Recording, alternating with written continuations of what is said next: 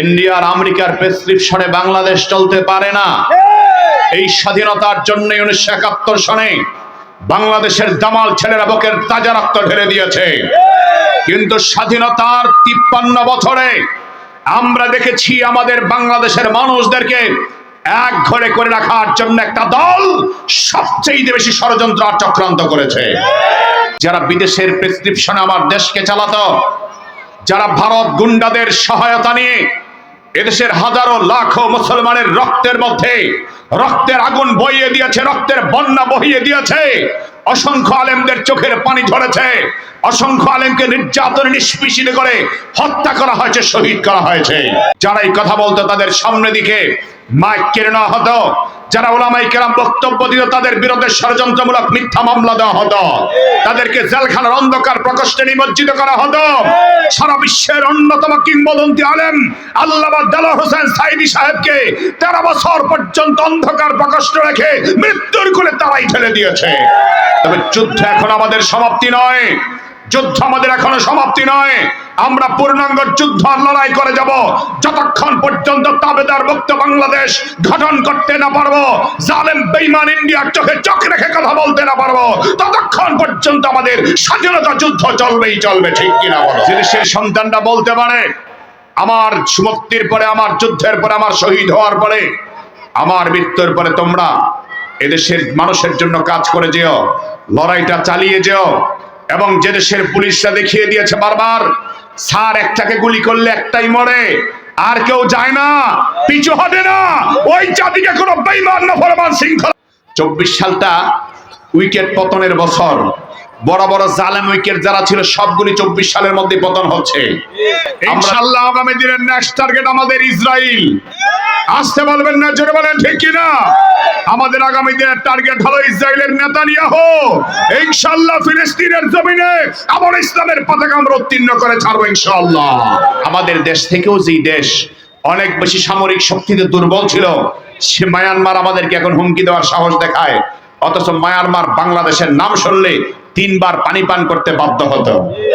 আবার আমাদের দেশে আমাদের প্রতিবেশী রাষ্ট্র থেকে আমাদেরকে আলু আর পেঁয়াজের ভয় দেখায়, আমাদেরকে দুর্বল করে রাখা হয়েছে, এজন্য আমাদেরকে ভয় দেখায়। সুতরাং আমি আজকের এই বক্তব্যটা দিচ্ছি বিজয়ের এই মহান দিনে। আমি সবাইকে উদ্দেশ্য করে বলছি, আমার বাংলাদেশের মুসলমান, বাংলাদেশের গভর্নর, বাংলাদেশের মাননীয় সেনাবাহিনীর প্রধান পর্যন্ত যারাই আমার এই বক্তব্য শুনবে, সবার কাছে একটাই আবেদন, আমার বাংলাদেশের মানুষ বিপদে পড়লে আমরা যেমন পাশে পাশে দাঁড়ায়া যাই, বন্যার সময় যেমন একজন আরেকজনের পাশে দাঁড়াই, ক্রান্তিকাল সময় একজন আরেকজনের পাশে দাঁড়াই, আমার দেশকে রক্ষা করতে হলে স্বাধীনতার 53 বছরের পরে আগামীর দিনগুলি কেউ যেন চোখ তুলে কথা বলতে না পারে, এমন একটা বাহিনী আমরা চাই, যেই বাহিনী আমাদের দেশকে রক্ষার জন্য সবচেয়ে বেশি রক্ত দিবে, জীবন দিবে। এই সামরিক শক্তিকে বাড়াবার জন্য সবার পক্ষ থেকে জায়গা জায়গা থেকে সাহায্য সহযোগিতার প্রয়োজন। ঠিক কিনা? কেমনে সাহায্য? আমাদের দেশে যখন বন্যা হয়েছে, বিদেশি ভাইরা সাহায্য করেছে কি করে নাই? কথা বলেন, করেছে কি করে নাই? আবার যখন রোহিঙ্গার সমস্যা তৈরি হলো, আমাদের দেশ থেকে, মসজিদ থেকে, মাদ্রাসা থেকে সবাই মিলে সহযোগিতা পাঠিয়েছে। সুতরাং আমাদের বিশ্বাস, আমাদের এই সামরিক শক্তিকে বৃদ্ধি করার জন্য, সৈন্যবাহিনী বৃদ্ধি করার জন্য, স্বাধীনতার স্বকীয়তা রক্ষা করার জন্য ইনশাআল্লাহ আমাদের 1 মাসের বেতন হলেও আমরা দিয়া আমাদের এই সামরিক শক্তিকে আমরা অনেক বেশি পরিমাণ ডেভেলপ করব, যেন কোনো বেঈমান আমাদের দিকে চোখ তুলে কথা বলতে না পারে, আমার স্বাধীনতায় হস্তক্ষেপ করতে না পারে।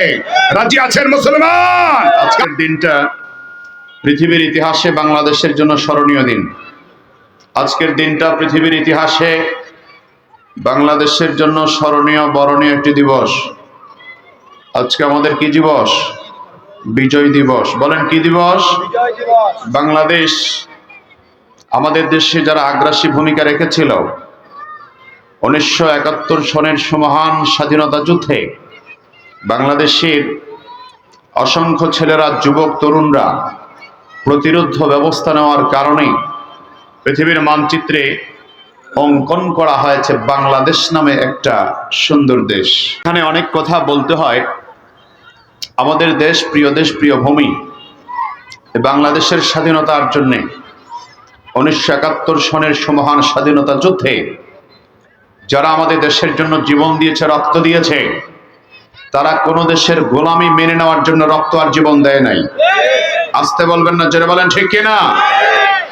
তারা পৃথিবীর কোন দেশের দাসত্ব আর খবরদারি মেনে নেওয়ার জন্য তারা রক্ত আর জীবন দেয় নাই। স্বাধীনতা মানে হলো এমন স্বাধীনতা, আমি পৃথিবীর কোন দেশের রাজত্ব তাবেদারি আমি করব না, কারো গোলামি আমি করব না। আমার দেশ, আমার এই মাটি, আমার এই ভূমি কোন বেঈমান নাফরমানের খবরদারিতে চলবে না। ইন্ডিয়ার আমেরিকার প্রেসক্রিপশনে বাংলাদেশ চলতে পারে না। এই স্বাধীনতার জন্য 1971 সনে বাংলাদেশের দামাল ছেলেরা বুকের তাজা রক্ত ঢেলে দিয়েছে। কিন্তু স্বাধীনতার 53 বছরে আমরা দেখেছি আমাদের বাংলাদেশের মানুষদেরকে এক ঘরে করে রাখার জন্য একটা দল সবচেয়ে বেশি ষড়যন্ত্র আর চক্রান্ত করেছে, যারা আমার দেশটাকে কুক্ষিগত করেছে, যারা আমার দেশের স্বাধীনতা স্বকীয়তা বিনষ্ট করেছে, যারা বিদেশের প্রেসক্রিপশনে আমার দেশকে চালাতো, যারা ভারত গুন্ডাদের সহায়তা নিয়ে এদেশের হাজারো লাখো মুসলমানের রক্তের মধ্যে রক্তের আগুন বইয়ে দিয়েছে, রক্তের বন্যা বহিয়ে দিয়েছে, অসংখ্য আলেমদের চোখের পানি ঝরেছে, অসংখ্য আলেমকে নির্যাতনে নিষ্পেষিত করে হত্যা করা হয়েছে, শহীদ করা হয়েছে।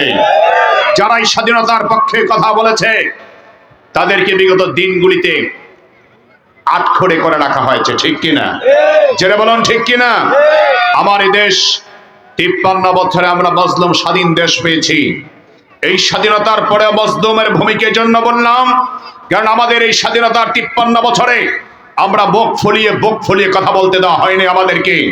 যারা এই কথা বলতো তাদের সামনে দিকে মাইক কেড়ে নেওয়া হতো, যারা ওলামায়ে কেরাম বক্তব্য দিত তাদের বিরুদ্ধে ষড়যন্ত্রমূলক মিথ্যা মামলা দেওয়া হতো, তাদেরকে জেলখানার অন্ধকার প্রকোষ্ঠে নিমজ্জিত করা হতো।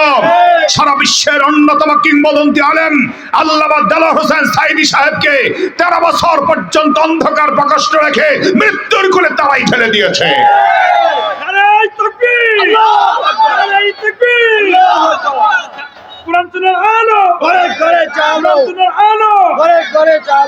আবার বন্ধুগণ, স্বাধীনতার 53 বছরে আমরা দেখেছি আমাদের দেশের পক্ষে যারাই কথা বলতো, তাবেদারদের বিরুদ্ধে যারাই কথা বলতো তাদের বিরুদ্ধে হামলা হতো, মামলা হতো, তাদেরকে আয়না ঘরের মধ্যে বন্দী করে রাখা হতো। জেনে বলুন ঠিক কিনা? সুতরাং তার স্বাধীনতার 53 বছর পরে এই জন্য আরেকটা যুদ্ধের প্রয়োজন হয়েছে, যেটা বাংলাদেশের 24 সালের 5 আগস্টে সেই যুদ্ধের সমাপ্তি হয়েছে। তবে যুদ্ধ এখন আমাদের সমাপ্তি নয়, যুদ্ধ আমাদের এখনো সমাপ্তি নয়। আমরা পূর্ণাঙ্গ যুদ্ধ লড়াই করে যাব যতক্ষণ পর্যন্ত তাবেদার মুক্ত বাংলাদেশ গঠন করতে না পারবো, জালেম বেঈমান ইন্ডিয়ার চোখে চোখ রেখে কথা বলতে না পারবো, ততক্ষণ পর্যন্ত আমাদের স্বাধীনতা যুদ্ধ চলবেই চলবে, ঠিক কিনা বলো? ওরা আমাদেরকে আবদ্ধ করে রাখতে চেয়েছিল, হাত পা বন্ধী করে রাখতে চেয়েছে।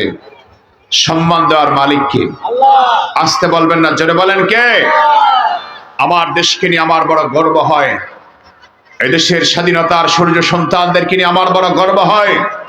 ওদের কিনা কথা বলতে আমার গর্বে আমার কলিজ বুক ফুলে ওঠে। কেন? এদেশের সন্তানরা দেখিয়ে দিয়েছে, 24-এর 5 আগস্টে দেখিয়ে দিয়েছে কেমন করে জালেমকে হটায়া এদেশের মানুষকে মুক্ত করতে হয়। ওরা রক্ত দিয়েছে, জীবন দিয়েছে। 8টা ছেলে শহীদ হয়েছে, মৃত্যুর কোলে ঢলে পড়ছে। পাশের ছেলেকে ডাক দিয়ে বলছে, বন্ধু আমি যদি মারা যাই, শহীদ হয়ে যাই, আমার এই যুদ্ধটা কিন্তু চালিয়ে যেও, এদেশের মানুষের মুক্তির জন্য কাজ করে যেও। কথা বলুন ঠিক কিনা? যে দেশের সন্তানরা বলতে পারে আমার মুক্তির পরে, আমার যুদ্ধের পরে, আমার শহীদ হওয়ার পরে, আমার মৃত্যুর পরে তোমরা এদেশের মানুষের জন্য কাজ করে যেও, লড়াইটা চালিয়ে যেও। এবং যে দেশের পুলিশরা দেখিয়ে দিয়েছে বারবার, স্যার একটাকে গুলি করলে একটাই মরে, আর কেউ যায় না, পিছু হটে না, ওই জাতিকে কোনো বেঈমান নাফরমান শৃঙ্খলাবদ্ধ করতে পারবে না। এদেশের উপর আল্লাহর রহমত আছে না নাই? আসতে বলবেন না, জোরে বলেন আছে না নাই? আমার ভাইয়েরা, 24 সালটা খুব টার্নিং পয়েন্ট, ভালো করে শুনবেন। 24 সালটা উইকেট পতনের বছর। বড় বড় জালেম উইকেট যারা ছিল সবগুলি 24 সালের মধ্যে পতন হচ্ছে। আমরা দেখেছি বাংলাদেশের 5 আগস্টে হয়েছে। গত কয়েকদিন আগে আলহামদুলিল্লাহ সিরিয়ার 54 বছরের স্বৈর শাসকের পতন হয়, কি উইকেট পর পড়েছে। আবার আমরা দেখেছি শ্রীলঙ্কাতেও কাপড় খুলে দেওয়া হয়েছে জালেম স্বৈরাচারীদের। আবার দেখেছি আমরা আফগানিস্তানে 20 বছরের স্বৈর শাসককে কিভাবে পতন করে মাটির সাথে দমিয়ে রাখতে হয় তাও আমরা দেখেছি। তার মানে হচ্ছে খেলাটা খুব ভালো হচ্ছে, বোলিংটা খুব ভালো হচ্ছে, বলেই শুধু উইকেট পড়ছে। আসতে বলবেন না, জোরে বলেন ঠিক কিনা? ইনশাআল্লাহ আগামী দিনের নেক্সট টার্গেট আমাদের ইসরায়েল। আসতে বলবেন না, জোরে বলেন ঠিক কিনা? আমাদের আগামী দিনের টার্গেট হলো ইসরায়েলের নেতানিয়াহু। ইনশাআল্লাহ ফিলিস্তিনের জমিনে আবার ইসলামের পতাকা আমরা উত্তীর্ণ করে ছাড়বো ইনশাআল্লাহ। আমার ভাইয়েরা, আজকের এই বিজয় দিবসের কথাগুলি এই জন্য বললাম, আমাদেরকে যারা কুক্ষিগত করে রাখতে চেয়েছে, যারা মাইক পেলেই বলতো আসো খেলা হবে, খেলার মাঠ এখন তৈরি হয়েছে, ওই খেলোয়াড় কিন্তু আর নাই। যারা বলুন ঠিক কিনা? সময়ের পরিবর্তন করে দেয় কে? এখন আমি আপনাদেরকে যে বিষয়টা বলবো খুব গুরুত্বপূর্ণ বিষয়, এই বিষয়টার প্রতি ভালো করে খেয়াল করবেন। আমাদের দেশ এমন একটা দেশ, যে দেশের প্রতি মানুষের ভালোবাসা আছে, মায়া আছে, মহব্বত আছে, যে দেশের মানুষ বিপদে পড়লে মানুষ মানুষের পাশে দাঁড়ায়। সুতরাং আমরা দেখেছি আমাদের এই 53 বছর বয়সে স্বাধীনতার পরে আমার দেশের সামরিক শক্তিকে খর্ব করে দেওয়া হয়েছে, সৈন্যবাহিনী কমায় দেওয়া হয়েছে, বিডিআর বিদ্রোহের নামে আমাদের দেশের চৌকাশ সেনাবাহিনীর অফিসারদেরকে হত্যা করা হয়েছে। আমার দেশের সেনাবাহিনীর ভাবমূর্তি নষ্ট করে এদেশের সেনাবাহিনীদেরকে একেবারে আস্ত করে নিক্ষিপ্ত করে সম্মান মর্যাদা বিসর্জন দিয়ে ওদেরকে একটা ন্যাক্কারজনক অবস্থায় পতিত করেছে। সুতরাং আমাদের দেশ থেকেও যে দেশ অনেক বেশি সামরিক শক্তিতে দুর্বল ছিল, সে মায়ানমার আমাদেরকে এখন হুমকি দেওয়ার সাহস দেখায়। অথচ মায়ানমার বাংলাদেশের নাম শুনলে 3 বার পানি পান করতে বাধ্য হতো। আবার আমাদের দেশে আমাদের প্রতিবেশী রাষ্ট্র থেকে আমাদেরকে আলু আর পেঁয়াজের ভয় দেখায়, আমাদেরকে দুর্বল করে রাখা হয়েছে, এই জন্য আমাদেরকে ভয় দেখায়। সুতরাং আমি আজকের এই বক্তব্যটা দেখছি বিজয়ের এই মহান দিনে আমি সবাইকে উদ্দেশ্য করে বলছি, আমার বাংলাদেশের মুসলমান, বাংলাদেশের গভর্নর, বাংলাদেশের মাননীয় সেনাবাহিনীর প্রধান পর্যন্ত যারাই আমার এই বক্তব্য শুনবে, সবার কাছে একটাই আবেদন, আমার বাংলাদেশের মানুষ বিপদে পড়লে আমরা যেমন পাশে পাশে দাঁড়ায়া যাই, বন্যার সময় যেমন একজন আরেকজনের পাশে দাঁড়াই, ক্রান্তিকাল সময় একজন আরেকজনের পাশে দাঁড়াই, আমার দেশকে রক্ষা করতে হলে স্বাধীনতার 53 বছরের পরে আগামীর দিনগুলি কেউ যেন চোখ তুলে কথা বলতে না পারে, এমন একটা বাহিনী আমরা চাই, যেই বাহিনী আমাদের দেশকে রক্ষার জন্য সবচেয়ে বেশি রক্ত দিবে, জীবন দিবে। এই সামরিক শক্তিকে বাড়াবার জন্য সবার পক্ষ থেকে জায়গা জায়গা থেকে সাহায্য সহযোগিতার প্রয়োজন, ঠিক কিনা? কেমনে সাহায্য? আমাদের দেশে যখন বন্যা হয়েছে, বিদেশি ভাইরা সাহায্য করেছে কি করে নাই? কথা বলেন, করেছে কি করে নাই? আবার যখন রোহিঙ্গা সমস্যা তৈরি হলো, আমাদের দেশ থেকে, মসজিদ থেকে, মাদ্রাসা থেকে সবাই মিলে সহযোগিতা পাঠিয়েছে।